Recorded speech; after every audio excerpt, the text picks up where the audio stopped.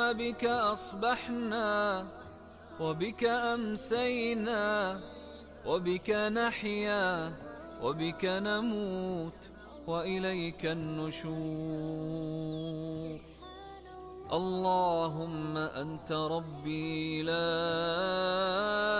إله إلا أنت، خلقتني وأنا عبدك، وأنا على عهدك ووعدك ما استطعت.